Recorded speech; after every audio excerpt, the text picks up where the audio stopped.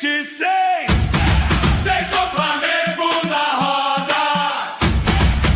Esse aí é nosso freguês. Desde o começo da história. E no Brasil não tem outro igual. Só o São Paulo é trimundial. E agora, seu povo, é de 42 pontos. Dali, dali, dali, tricolor. Pra cima dele em São Paulo. Dali, dali, dali, tricolor. Pra cima dele em São Paulo. E aí, torcedores e torcedoras, tudo bem com vocês? O São Paulo estreia no Brasileirão, vencendo ninguém mais, ninguém menos que o Flamengo, de virada no Morumbi, 2-1 para o Tricolor, que mostrou muita raça, muita vontade, superando o talento rubro-negro. Mas apesar de ter mostrado muita raça e muita vontade, o São Paulo começou meio morto no jogo, meio devagar, com o Flamengo jogando muito mais, quase com 70% da posse de bola no primeiro tempo, pressionando muito o São Paulo, que tinha muita dificuldade em sair jogando, de passar pela essa pressão no campo de defesa que o Flamengo fazia. E não é nem pelo fato do Crespo ter armado o time com 3 zagueiros, 3 volantes, se bem que o Marcos Antônio já não pode ser mais considerado um volante nesse time do São Paulo, ele é o nosso meio armador, e foi por causa da partida, esse primeiro tempo apagado do Marcos Antônio, que o São Paulo tinha muita dificuldade em criar, de levar perigo, tanto que deixou a gente preocupado de que talvez esse futebol apagado do Marcos Antônio seja porque o Flamengo estava interessado nele.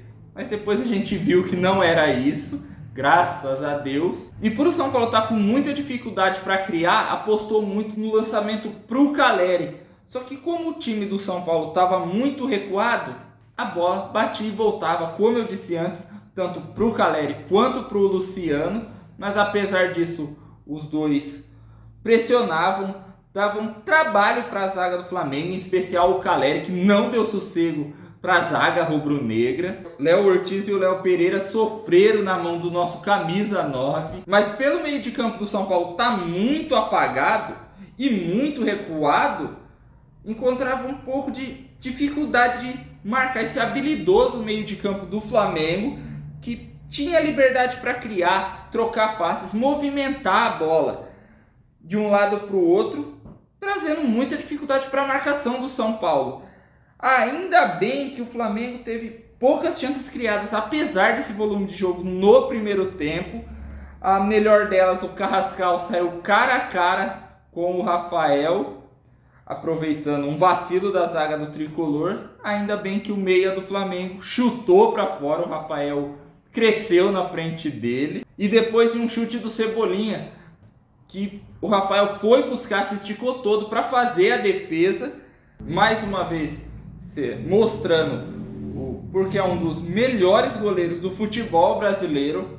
Muita gente critica, mas o Rafael é um baita goleiro e é um dos principais jogadores do São Paulo, um dos pilares do time do Tricolor. E isso acontecia graças ao São Paulo estar jogando com 3 zagueiros, fechava muito bem a defesa, não deixando o Flamengo pisar na área para criar.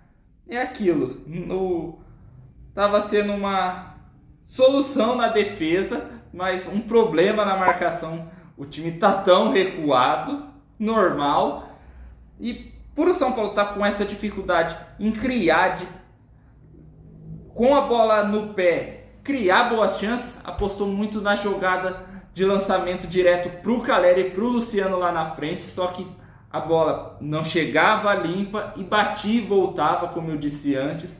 Mas apesar de toda essa dificuldade, o Caleri e o Luciano corriam muito, tentando ficar com a bola para puxar o São Paulo para o campo de ataque. O Caleri não dava sossego para a zaga do Flamengo, só que faltava o meio de campo entrar no jogo. Marcos Antônio, Danielzinho, Bobadilha, os alas, Mike e o Enzo, porque o esquema de 3 zagueiros todo mundo sabe. É fundamental que os alas apoiem o ataque, só que o São Paulo estava com muita dificuldade em sair jogando. E o Tricolor só começou a criar com mais qualidade, a levar perigo para o Flamengo no finalzinho do primeiro tempo. Só que ainda faltava muito para criar uma chance clara de gol, como aquela com o Luciano aos 18 minutos, que, cara, foi por detalhe que aquela bola não entrou. No segundo tempo, o São Paulo voltou com a mesma vontade e a mesma intensidade que terminou o primeiro tempo. E o Flamengo também voltou a mesma coisa que foi no primeiro tempo, trocando passes em busca do espaço na defesa são paulina. E com 8 minutos, o Flamengo acha esse espaço e abre o placar do jogo em uma jogada de futevôlei. Linda jogada que terminou num lindo gol. O Alexandro joga a bola na área e o Pedro ajeita com o peito a bola para o Plata, que manda a bola para o gol livre na área. E que jogada do time do Flamengo, mostrando a habilidade que tem, repertório de jogada, e sempre que acelera o jogo é muito perigoso. Não foi diferente.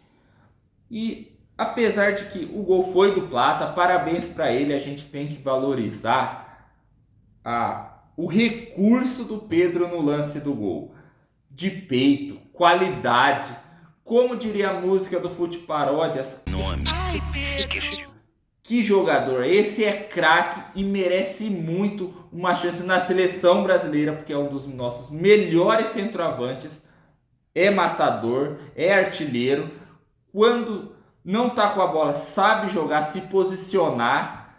Então só tem uma coisa para dizer: ô Ancelotti, convoca o Pedro. Mas esse gol do Flamengo não abateu o São Paulo, que seguiu jogando com a mesma vontade e pressionando. Aliás, se fosse para dizer o que esse gol do Flamengo fez para o time do São Paulo, foi motivar, fazer eles jogarem ainda mais para frente, com mais qualidade, para conseguir criar as chances, buscar os espaços. E aos 15 minutos o Tricolor acha eles, com o Marcos Antônio dando um passe lindo, uma invertida de bola para o Enzo Dias, cruzar na área para o Luciano no meio da zaga do Flamengo, cabecear para o gol, empatando o jogo, fazendo a gente ouvir o hino do São Paulo na Globo, que desde o ano passado voltou a tocar os hinos dos clubes quando eles fazem gol, mas é a primeira vez que eu falo isso. Então, como é bom ouvir o hino do São Paulo depois do time fazer um gol.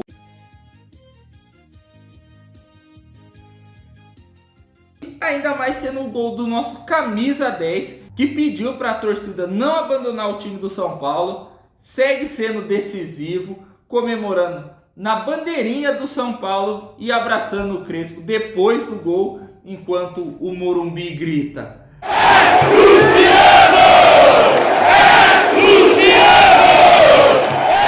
E o gol do Luciano foi o gás que faltava para o São Paulo, porque depois disso o Tricolor mandou no jogo.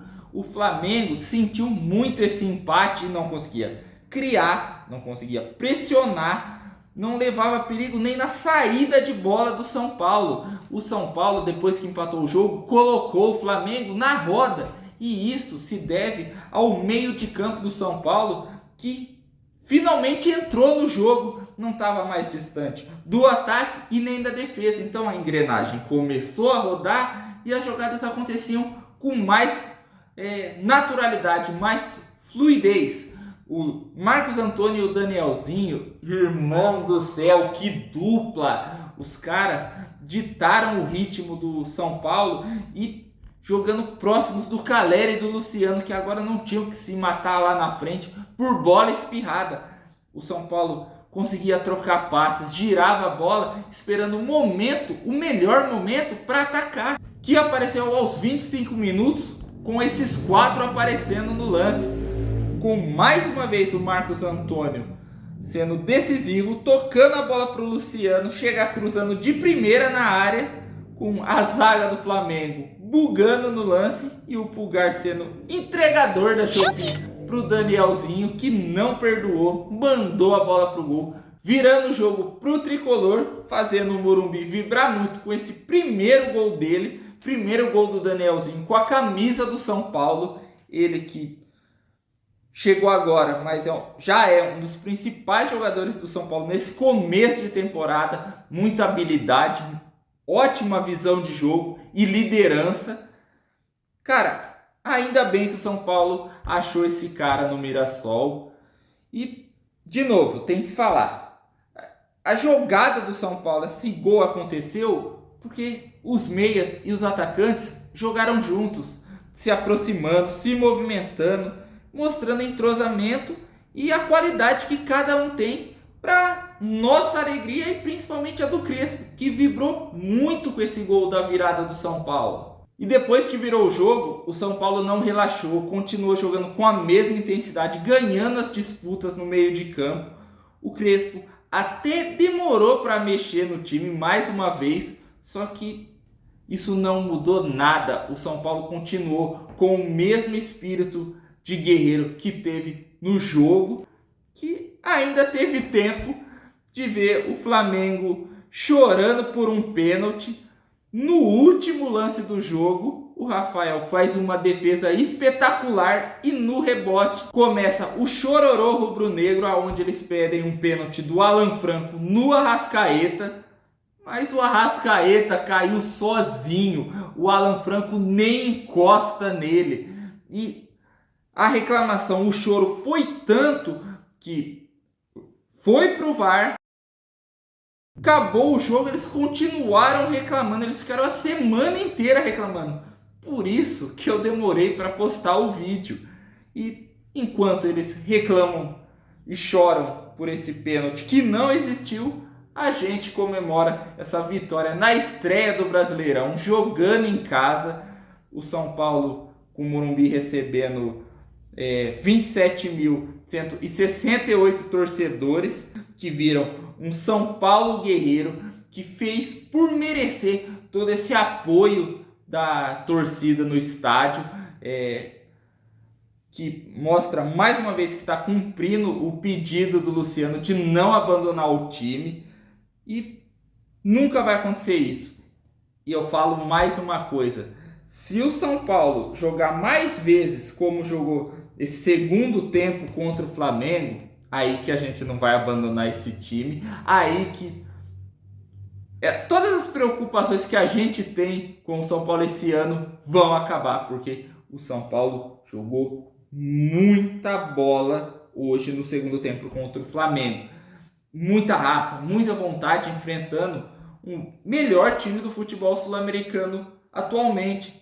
Por isso que é aquilo, vontade vence talento. Sempre. O time do São Paulo é talentoso, mas faltava vontade e hoje ela sobrou para eles. Parabéns ao time. E um cara que pode ser apontado como responsável por esse ânimo no time do São Paulo é o Rafinha, que substitui o Muricy como coordenador técnico e vai ser o elo do Crespo, do time, com a diretoria. E tem tudo para dar certo, porque o Rafinha é líder e é um cara respeitado por esse elenco do São Paulo. Não que o Muricy não seja respeitado, pensar nisso seria loucura, mas que já não estava conseguindo fazer esses jogadores terem o choque de realidade. Então, boa sorte para o Rafinha nessa nova função no São Paulo, que ele tenha a sorte que teve como jogador e que nos ajude a colocar o time nos trilhos, junto com o presidente Harry Macis,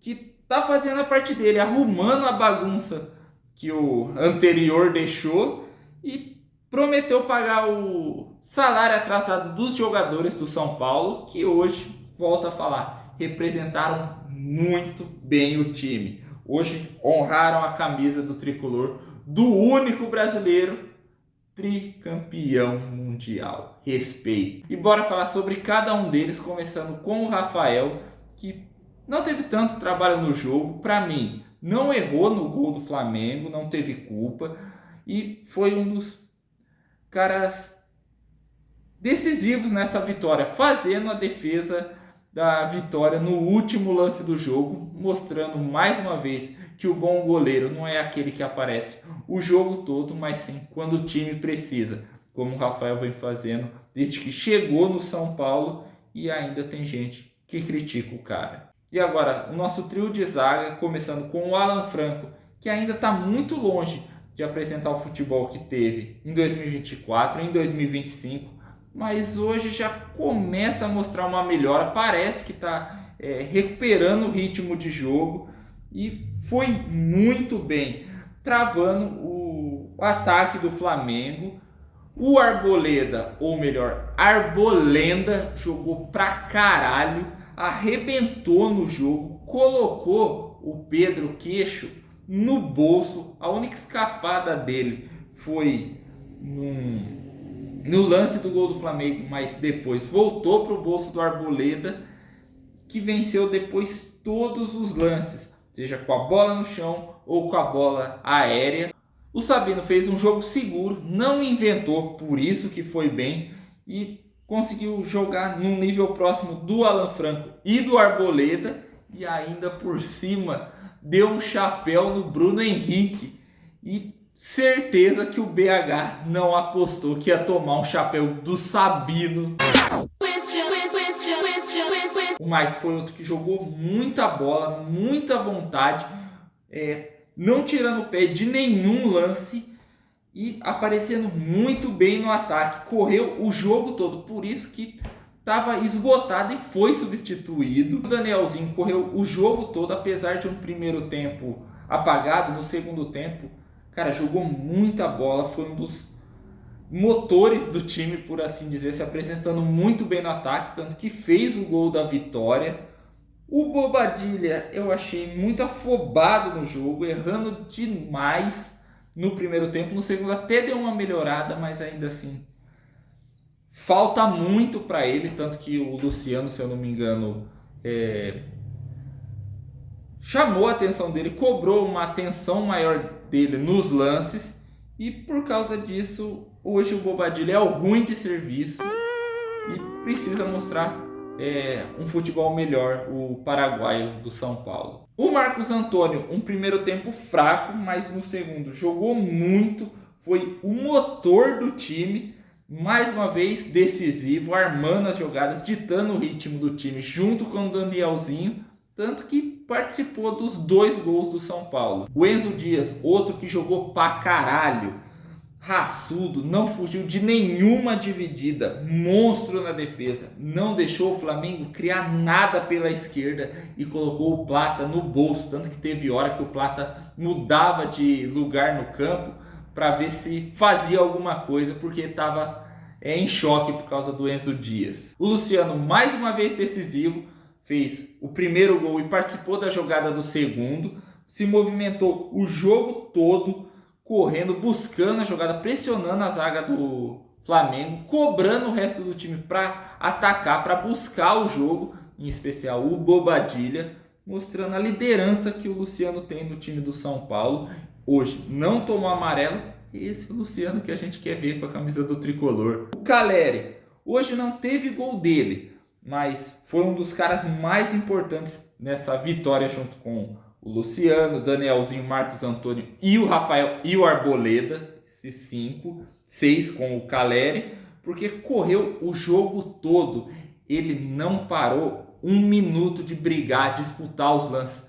A zaga do Flamengo não teve paz com o Caleri. O Caleri atrapalhou, incomodou eles demais no jogo. E por causa de tudo isso, de pressionar, de correr, saiu esgotado também do jogo. E o Caleri é um cara que pode não ser um jogo que ele faça gol, mas ele é importantíssimo para o time. Isso é inegável. E os que entraram também foram guerreiros. O Cedric, cara, eu fiquei com medo a hora que eu vi o Cedric entrando no lugar do Mike. Falei, cara, ele vai estragar tudo. Ele vai entregar o jogo. Mas não fez. Hoje a ruindade do Cedric foi anulada na maior parte do jogo, porque teve um lance que, em vez dele cruzar, ele chutou e foi para fora. Se bem que é o Cedric, né? Se duvidar, ele tentou cruzar aquela bola, mais, né? Pablo Maia entrou para fechar a marcação e fez isso muito bem. O Lucas entrou, tentou algumas jogadas, mas muito discreto, meio sem ritmo, digamos assim.